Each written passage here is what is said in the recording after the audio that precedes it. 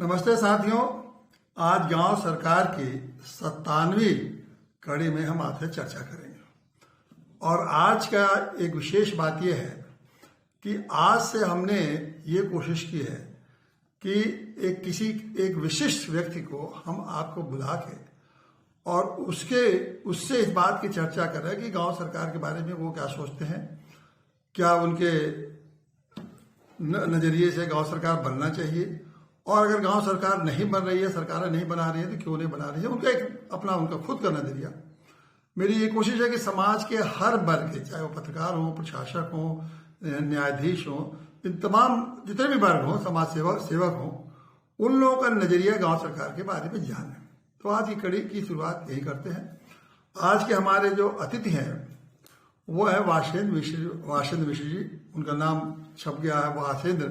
जबकि उनका सही नाम है वासेंद्र मिश्र जी, और बड़े वरिष्ठ पत्रकार हैं और आप सभी जानते होंगे इनके बारे में। और जीटी, हिंदुस्तान टाइम्स और टाइम्स ऑफ इंडिया, तमाम अखबारों में इन्होंने काम किया, उसका मीडिया में भी बहुत काम किया, जाने माने देश के जाने माने नाम है।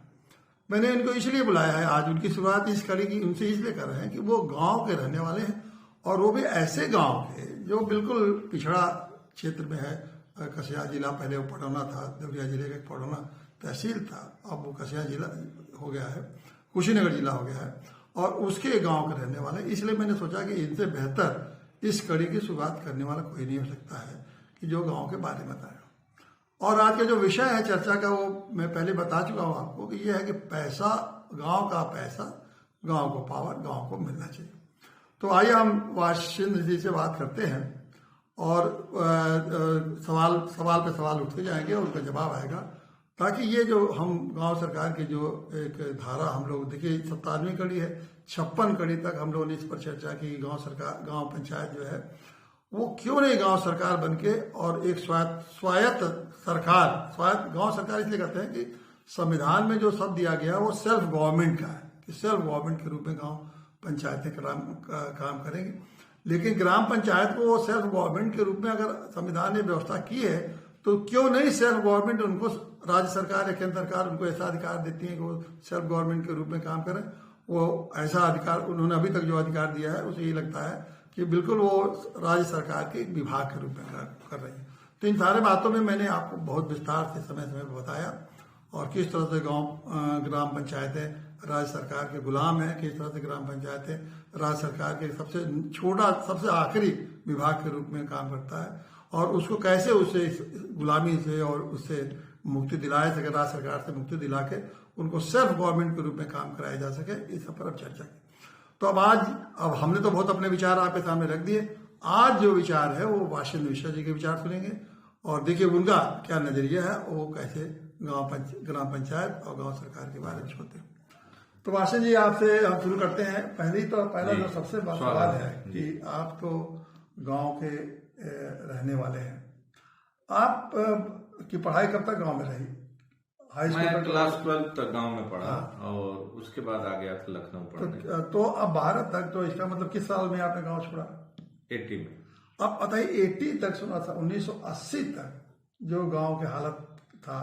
वो कैसा गांव था, पहले आप बताइए उनकी स्थिति कैसी थी? एक्चुअली जब हम गांव में रहा करते थे और बचपन से हमने 1980 तक जब 12वीं की पढ़ाई वहाँ पूरी करने के बाद लखनऊ आए थे पढ़ने, तब तक के जो हालात थे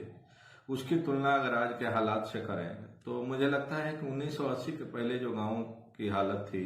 वो ज़्यादा बेहतर थी आज के गांव के स्थिति में। जबकि दावा किया जा रहा है कि बहुत विकास हुआ है, देश का, प्रदेश का, गाँव का, समाज के हर क्षेत्र में विकास हुआ है, लेकिन अगर मैं एक बहुत ही डिटैच होके इस बात का मूल्यांकन किया जाए कि गांव का सचमुच विकास हुआ है या गांव में षड्यंत्र और भौतिकवादी चीजों का प्रभाव बढ़ा है, और जिस तरह से शहरों में अपनापन नहीं था, एक दूसरे के प्रति भाईचारा नहीं था, एक दूसरे के खिलाफ सहयोग और समन्वय और समायोजन की प्रवृत्ति नहीं थी, कमोबेश इसी तरह की स्थिति अब गांव में भी देखने को मिल रही है। तो मुझे तो लगता है कि जो शुरुआती दौर में गांव का कॉन्सेप्ट था, भले ही वहाँ चकाचौंध नहीं था, हर घर में बिजली नहीं थी, हर घर में गैस का सिलेंडर नहीं था, या टेलीविजन नहीं था, लेकिन जो एक अपनापन था, जो एक भाईचारा था, जो एक दूसरे के सुख दुख में खड़ा होने की प्रवृत्ति थी, वो लगभग खत्म हो गई है। और इसके पीछे का जो सबसे बड़ा कारण मुझे लग रहा है कि जो राजनीतिक ताकतें हैं, जो वोट की राजनीति करते हैं, जो दिल्ली और राज्यों में अपनी सरकारें बनाना चाहते हैं और बना के और उसको पूर्ण नियंत्रण में चलाना चाहते हैं, शायद उनके वजह से ये नई प्रवृत्ति देखने को मिल रही है गांवों में भी, जो कि शहरीकरण के वजह से और भौतिकवादी दौर के वजह से शहरों में दिखाई देती थी। तो वैसे जी, जो सरकार कहती है, सरकार का तो ये कहना है कि हम गांव को विकास कर रहे हैं। गांव को विकास करने का मतलब वहाँ सड़क पहुंचा दिए, बिजली पहुंचा दिए, गांव में जितने साधन होना चाहिए वो स्कूल खोल दिए, चिकित्सा की सुविधा पहुंचा रहे हैं। तो क्या ये आप कहना है कि ये गांव का, ये शहर का एक्सटेंशन है जो गांव बन रहा है, या गांव को मूल रूप से, जो आप जैसे आपने एक बात उठाई कि गांव का जो स्वाभाविक स्वरूप था वो अब खत्म हो गया है, और बल्कि उनके जो आपस में गांव में जो लोगों के साथ व्यवहार था वो बिल्कुल खत्म हो चुका है। तो क्या ये गांव को जो शहर का एक्सटेंशन जैसा, मतलब गांव को शहर बनाने की जो कोशिश है वो उसके नाते ऐसा हो रहा है, या कुछ और कारण हो सकता है? पांडे जी, जितना हम लोग पढ़ा करते थे, जब गांधी दर्शन की बात आती है या पंडित दीनदयाल उपाध्याय की बात आती है, या और तमाम ऐसे लोग रहे हैं जो युग दृष्टा रहे हैं, जिन्होंने एक परिकल्पना की थी समाज की, और खासतौर से भारतीय समाज की, तो उसमें गांव को जिस तरह से उन लोगों ने देखा था, चाहे गांधी ने या पंडित दीनदयाल उपाध्याय ने या आरएसएस के एक बहुत बड़े थिंकर रहे हैं धर्मपाल जी, उनकी किताबें हैं 10 वॉल्यूम में, उन्होंने भी गांव के समाज के बारे में एक अपना दर्शन दिया था। मुझे लगता है कि विकास का मतलब सिर्फ ये नहीं होता है कि लोगों को उनके जो मानवीय मूल्य हैं, उनके जो सामाजिक मूल्य हैं, उनके जो आध्यात्मिक मूल्य हैं, उनसे दूर कर दिया जाए और ईंट पत्थर कंक्रीट की एक समाज बना के खड़ा कर दिया जाए। तो इस तरह का समाज तो शहरों में पहले से था, और गांधी और पंडित दीनदयाल उपाध्याय जी कभी नहीं चाहते थे कि गांव का विकास हो तो उस विकास के नाम पर शहरीकरण हो जाए गांव का। वो तो यही चाहते थे कि गांव के जो नैसर्गिक चीजें हैं, गांव की जो प्राकृतिक चीजें हैं, गांव की जो अपनी ताकत है ग्रामीण परिवेश की, उसी के आधार पर उसका विकास किया जाए। और आजादी के बाद भी उनके मानने वाले लोगों ने देश के अलग अलग क्षेत्रों में भरपूर कोशिश की थी। हम यहाँ उदाहरण देना चाहते हैं नानाजी देशमुख का। नानाजी देशमुख ने सक्रिय राजनीति से संन्यास लेकर और चित्रकूट में और उत्तर प्रदेश के गोंडा जिले में एक नया प्रयोग किया था। उन्होंने कोशिश की थी कि ग्राम विकास को या ग्राम स्वराज को स्थापित किया जाए, उसी दर्शन के आधार पर जो दर्शन गांधी का था, जो दर्शन पंडित दीनदयाल उपाध्याय का था। लेकिन मुझे नहीं लगता है कि नानाजी देशमुख की जो परिकल्पना थी उसको भी उनके जो बाद जो लोग चीजों को चला रहे हैं वो आगे बहुत ज्यादा बढ़ा पाए। और चित्रकूट और गोंडा के अलावा मुझे इस तरह के परिकल्प या परियोजना या प्रकल्प कोई और जिलों में अभी तक मेरी जानकारी में दिखाई नहीं दे रहा है उत्तर प्रदेश के। तो मेरा ये मानना है कि विकास जरूर हुआ है। विकास ये हुआ है कि सड़क बन गई, बिजली के खंभे लग गए, बिजली के मीटर लग गए, टीवी लग गया, गाँव में भी लोग शहरी जीवन शैली में जीना चाहते हैं और टीवी फ्रिज लगा के अपने घर में बैठे हुए हैं। लेकिन जो उनका कनेक्ट था मिट्टी से, जिसकी बात की जाती है कि माटी से जो उनका जुड़ाव था, वो धीरे धीरे खत्म होता जा रहा है और गांव भी शहरीकरण का एक हिस्सा होता जा रहा है। और इसको बहुत सुनियोजित तरीके से किया जा रहा है। इसके पीछे बड़ी सोची समझी एक रणनीति है। मैं थोड़ा सा अपना उत्तर विस्तार में देना चाहता हूँ। ठीक है कि आपको ध्यान होगा कि जब कभी भी कोई सामाजिक राजनीतिक बदलाव आया है तो उसकी शुरुआत आम जनता ने किया। आजादी की लड़ाई भी तभी कामयाब हुई जब देश की आवाम और खास तौर से 70% लोग जो गांव में रहते थे, उन्होंने गांधी जी का साथ दिया, आंदोलनकारियों का साथ दिया और अंग्रेजों के खिलाफ उनके साथ कंधे से कंधे मिलाकर चलते रहे। जब हम उसका शहरीकरण कर देंगे तो गांव की जनता भी उसी तरह से सुविधा भोगी हो जाती है, उसी तरह से मौका परस्त हो जाती है, उसी तरह से कॉम्प्रोमाइज करने लगते हैं अपने छोटे छोटे वेस्टेड इंटरेस्ट के लिए, और उनके अंदर उस तरह के जीवन मूल्य और सच और झूठ और मेरिट और डीमेरिट के जो भेद करने की एक प्रवृत्ति होती है वो धीरे धीरे कम हो जाती है। तो ये बहुत सोची समझी रणनीति के तहत मेरा मानना है कि गांवों का शहरीकरण किया जा रहा है परोक्ष रूप से, और ठीक वैसे ही किया जा रहा है। जब हमारे देश को गुलाम बनाने के लिए अंग्रेज हमारे देश में आए थे तो एक व्यापारी के रूप में आए थे, और धीरे धीरे उन लोगों ने हमारे देश की जनता में एक हैबिट डेवलप की, और वह हैबिट ऐसी हो गई कि बाद में जनता का एक वर्ग ये कहने लगा था कि अगर अंग्रेज चले जाएंगे तो देश कौन चलाएगा। देश को चलाने के लिए जरूरी है कि अंग्रेजों को यहाँ बने रहना चाहिए, और तमाम लोग उस समय भी अंग्रेजों के साथ खड़े थे आजादी मिलने के पहले तक। तो आज हालात यही है कि हमको इस पर विचार करना है कि जो योजनाएं बन रही हैं गांव के विकास के नाम पर, उन योजनाओं को बनाने वाले लोग कौन हैं और वो किस दृष्टि से देखकर उन योजनाओं को बनाते हैं और उसको गांव स्तर तक ले जाकर लागू करना चाहते हैं। जब योजनाएं दिल्ली और लखनऊ और राज्यों की राजधानियों में बैठ के गांवों के विकास के लिए बनेंगी तो वह उतना व्यवहारिक नहीं होंगी। मेरा ही मानना है, जो कि मैं हमेशा देखता था आपका जो सीरीज आता था गांव सरकार के बारे में,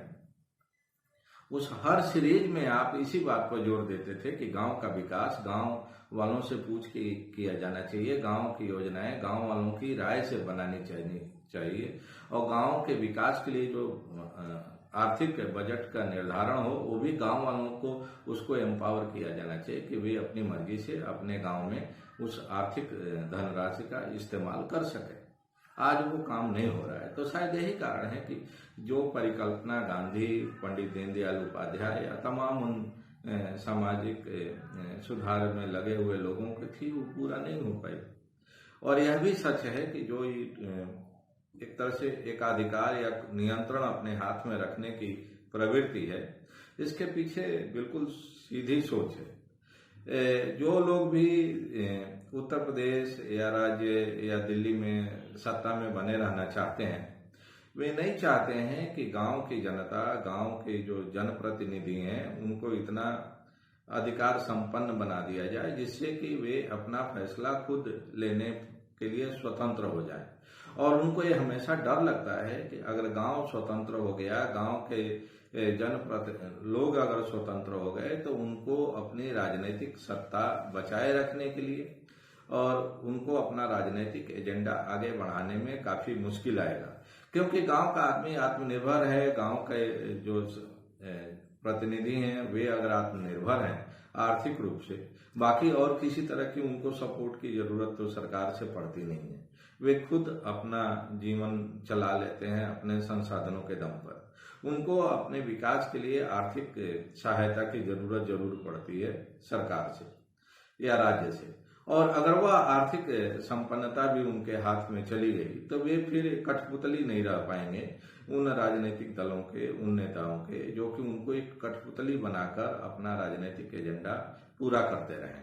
और यही कारण है कि उनको जो वित्तीय अधिकार देने की जब बात आती है तो उस पर सरकारें या तो चुप्पी साध लेती हैं, यानी तो किसी न किसी बहाने से अड़ंगा अटका के उनको वित्तीय अधिकार देने से उनको वंचित रखती हैं। और जो आप अक्सर अपने एपिसोड में बोलते रहे हैं इसके पहले, वो बहुत महत्वपूर्ण बिंदु है कि सेल्फ गवर्नमेंट का मतलब ये नहीं है कि हम सरकार पर निर्भर रहें, सरकार के रहमो करम पर निर्भर रहें और सरकार का एक कर्मचारी गांव के चुने हुए जनप्रतिनिधियों को नियंत्रित करे और उनको अपने चपरासी की तरह ट्रीट करे। तो अब इस पर सोचना है कि जो लोग इस समय चुनाव का टाइम है, देश के कई राज्यों में चुनाव हो रहा है, उत्तर प्रदेश में भी चुनाव हो रहा है, ये जरूरी है कि गांव के लोग कितने जागरूक हैं और कितना सीरियस हैं अपने अधिकारों को लेके, और वे कैसे इन अधिकारों को लेने के लिए अपने को तैयार कर पाते हैं, और जो लोग अपने चुनावी घोषणा पत्र में उनके इन अधिकारों की बात नहीं करते हैं उनको किस तरह से रिजेक्ट करते हैं, उनको समर्थन देने से मना करते हैं, ये निर्भर करता है गांव के लोगों पर। नहीं, ये बात सही है कि देखिए कोई राजनीतिक पार्टी कभी भी, मैं देख रहा हूँ 70 साल हो गए, और करीब करीब 72 से 73 ये 73वां संशोधन भी 92 से लागू हो गया, उसके भी लागू होने का करीब 30 साल होने जा रहे हैं।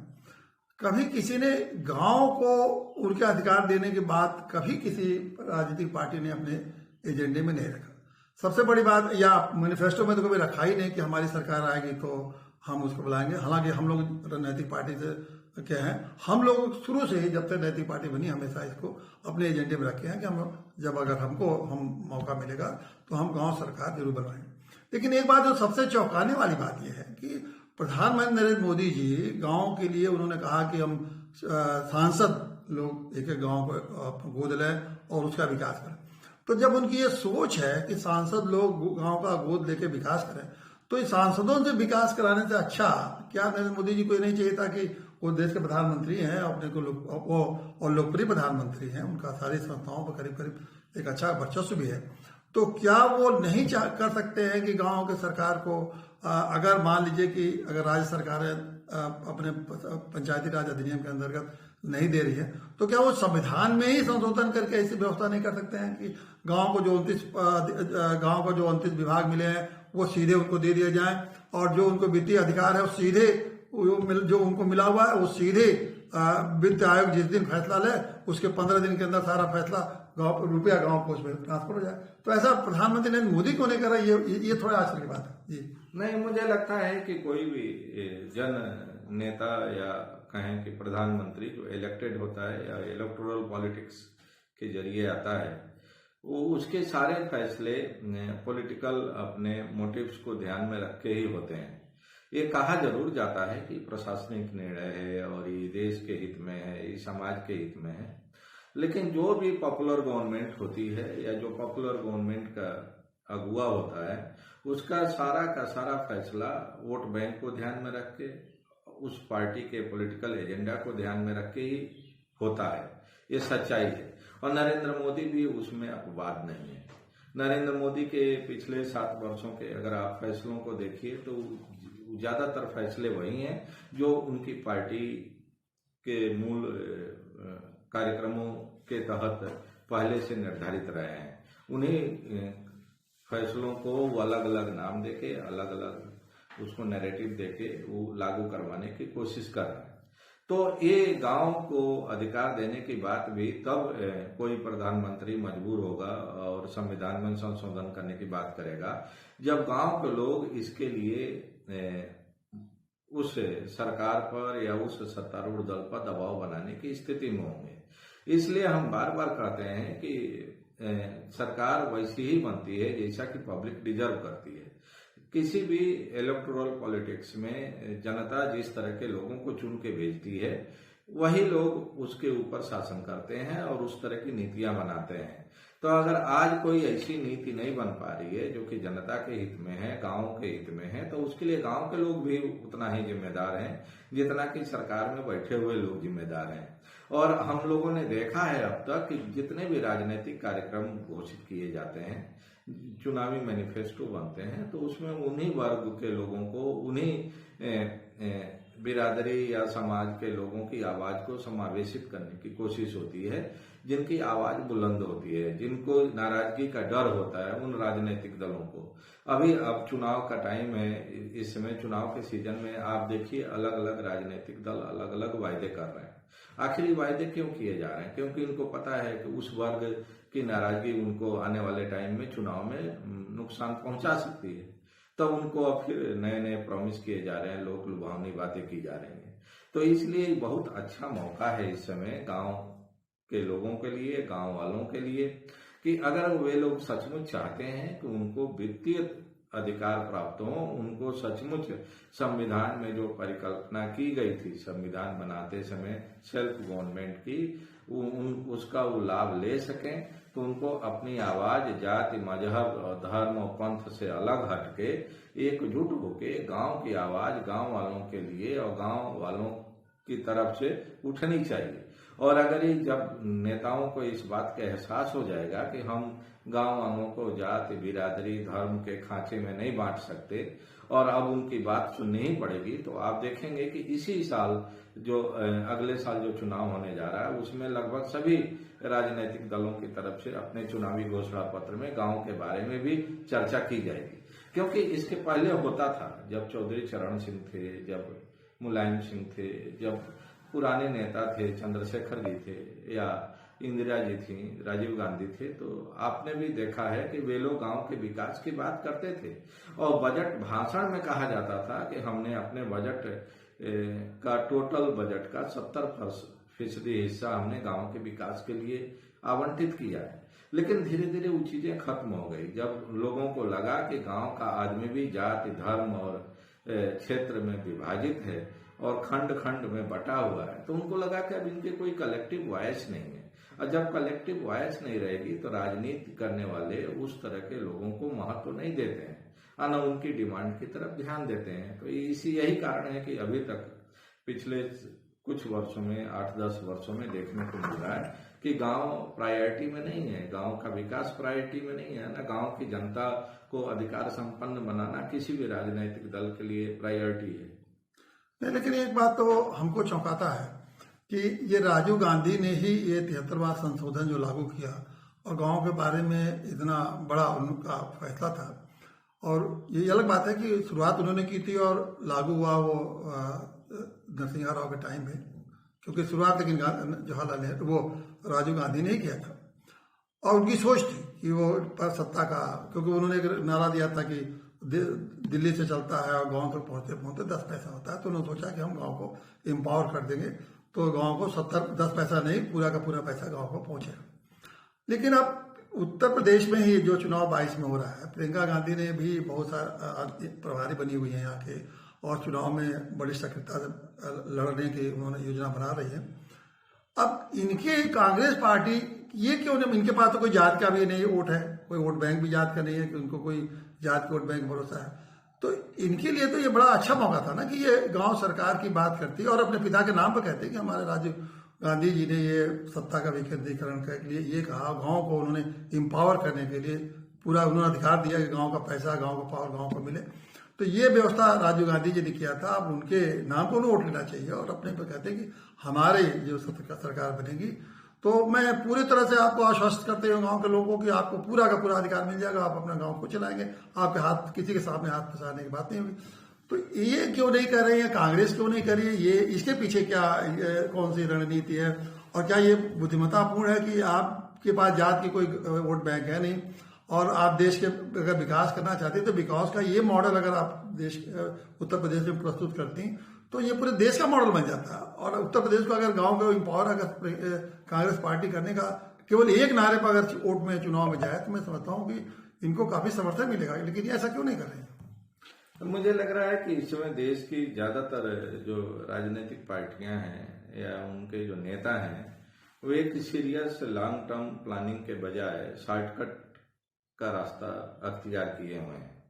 और अगर कंप्यूटर भाषा में बात करें तो कट एंड पेस्ट की पॉलिटिक्स हो रही है। वे देख रहे हैं कि उनका जो विरोधी है वो कौन कौन प्रॉमिस कर रहा है, किस तरह की प्रॉमिस कर रहा है चुनावी घोषणा पत्र में, तो उसमें से कुछ उसकी नकल करके वे अपने घोषणा पत्र में शामिल कर रहे हैं। हम उदाहरण के तौर पर एक छोटा सा उदाहरण देना चाहते हैं आपके सामने। हम लोग जब से वो संभाले हैं तब से यही सुना करते थे कि संघ परिवार ग्रैंड हिंदू यूनिटी के लिए काम करता है, हिंदुत्व को मजबूत करने के लिए काम करता है और भारतीय समाज को हिंदू समाज या हिंदू डोमिनेटेड सोसाइटी के रूप में बनाना चाहता है। और संघ में जो लोग काम करते थे वे अपना सरनेम ड्रॉप कर देते थे, अपना जाति का नाम नहीं लिखते थे। अब धीरे धीरे अब देखने को मिल रहा है, अभी आप देखिए यूपी के चुनाव होने वाले हैं या बिहार के, तो अब संघ परिवार की जो फ्रंटल ऑर्गेनाइजेशन है भारतीय जनता पार्टी, जो कल तक संपूर्ण हिंदू समाज की बात करती थी, अब वहां भी जात की बात होने लगी है। जाति उपजाति की बात करके उनका लिए अलग कार्यक्रम घोषित किए जा रहे हैं, उनके लिए अलग मंत्री बनाए जा रहे हैं, उनके जातीय सम्मेलन होने लगे हैं और वही संघ परिवार उन सम्मेलनों को पीछे से ताकत दे रहा है, उनको कंट्रोल कर रहा है। और जो पार्टियां जाति के आधार पर शुरू हुई थी, क्षेत्रीय पार्टियां, चाहे मायावती की पार्टी हो, अखिलेश यादव की पार्टी हो, या बिहार में जाइए तो लालू यादव, नीतीश कुमार की पार्टी हो, वे पार्टियां अब संपूर्ण समाज की बात कर रही हैं। तो ये भी राजनीति की आयरनी है कि हमारे देश की दो राष्ट्रीय पार्टियां जिनसे कि सबसे ज्यादा उम्मीद की जाती है कि वे पैन इंडिया पॉलिसी बनाएंगे, पैन इंडिया उनका नजरिया होगा, उनका जो सोच होगा वो पैन इंडिया होगा, वो क्षेत्रीयता के आधार पर, जाति के आधार पर, धर्म के आधार पर अपना कोई राजनीतिक कार्यक्रम या प्रशासनिक कार्यक्रम नहीं बनाएंगे। लेकिन ये राष्ट्रीय पार्टियां भी क्षेत्रीय दलों के दबाव में आके, क्षेत्रीय दलों की बढ़ती राजनीतिक ताकत से डर कर अब वो भी उसी ट्रैक पर चल पड़ी हैं जिस ट्रैक पर चल के इन क्षेत्रीय दलों ने अपनी राजनीतिक ताकत बढ़ाई है। तो यही कारण है कि किसानों के सवाल पर भी अभी मुझे लगता है कि कांग्रेस पार्टी में जिस मुखर तरीके से पंजाब के किसानों के लिए, हरियाणा के किसानों के लिए या उत्तर प्रदेश के किसानों के लिए बात हो रही है, वो एक अलग बात है। उसके पीछे भी सोच उनका इंस्टेंट पॉलिटिकल फायदा उठाना है आने वाले विधानसभा चुनाव में। और पंजाब में जो कांग्रेस पार्टी डिवाइडेड है उसको किसी तरह से एकजुट किए रहना है, और वो एकजुटता तभी हो सकती है जब किसानों की बात करेंगे पंजाब में। लेकिन गांव के विकास का मुद्दा इसलिए उनको अभी अट्रैक्टिव नहीं लग रहा है कि उनको लगता है कि अभी गांव के विकास की बात तो उनका जो मेन पॉलिटिकल राइवल है बीजेपी वो भी नहीं कर रही है। जो जात के आधार पर पार्टियां बनी हुई हैं वो भी नहीं कर रही हैं। वो सब कोई जात, कोई धर्म, कोई क्षेत्रीयता की बात करके अपना पॉलिटिकल एजेंडा पूरा करना चाहते हैं। तो जिस दिन कांग्रेस पार्टी को या प्रियंका को कोई बता देगा या लगेगा उनको कि हाँ गांव का विकास भी बड़ा मुद्दा है, गांव को साधन संपन्न और आर्थिक संपन्नता देना बड़ा मुद्दा बन सकता है चुनाव में, तो आप देखेंगे कि सबसे पहले उनके पॉलिटिकल मैनिफेस्टो में टॉप पर गांव का विकास आ जाएगा, जो कि उनके पिता राजीव गांधी कभी कहा करते थे। तो इसका मतलब है कि ये राजनीतिक पार्टियों से उम्मीद नहीं करना चाहिए। अब गांव के ही लोगों को इसके लिए प्रयत्न करना चाहिए। गांव के स्तर पर मैं समझता हूँ कि आंदोलन खड़े होना चाहिए, गांव के लोग में जागरूकता पैदा होना चाहिए, और गांव के लोग ही अगर इसको दबाव बनाते हैं तभी ये संभव हो पाएगा। अन्यथा राजनीतिक पार्टियों के भरोसे गांव को अपनी आज़ादी नहीं मिल पाएगी। गांव को अपने सेल्फ गवर्नमेंट का जो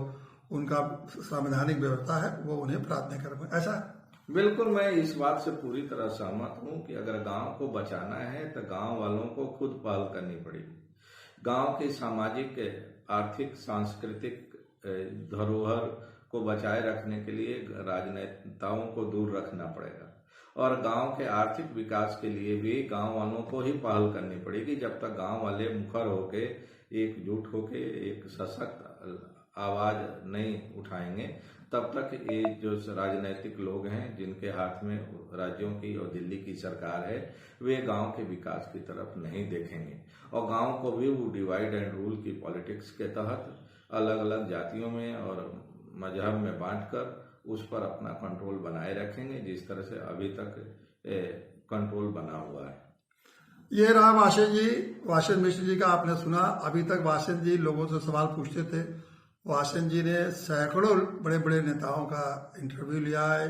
और उनके सारे इंटरव्यू ये किताब में उन्होंने छपा भी है, और उस किताब में देश के जितने भी बड़े बड़े नेता हैं सबका उन्होंने इंटरव्यू लेके और देश की समस्याओं के बारे में जनता के सामने बताया। लेकिन आज मैंने इनका इंटरव्यू देखा, आपने हर चीज़ उन्होंने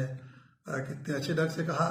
तो ये मत समझिए कि जितने पत्रकार हैं वो केवल सवाल पूछना जानते हैं, बल्कि सभी पत्रकार समस्याओं को हमसे, आपसे अच्छे ढंग से समझते हैं, और उनकी समस्याओं के बारे में वो आप देश को और समाज को वो एक दिशा भी दे सकते हैं, क्योंकि वो भी इसी समाज में रहते हैं, और उनकी भी समाज में एक नागरिक के रूप में उतनी ही महत्वपूर्ण भूमिका है जिन्हें किसी और की भूमिका है। और ये हम इस श्रृंखला में मैं एक बार पुनः वाशन जी को बहुत बहुत इसके लिए धन्यवाद देता हूँ। थैंक यू, नमस्कार।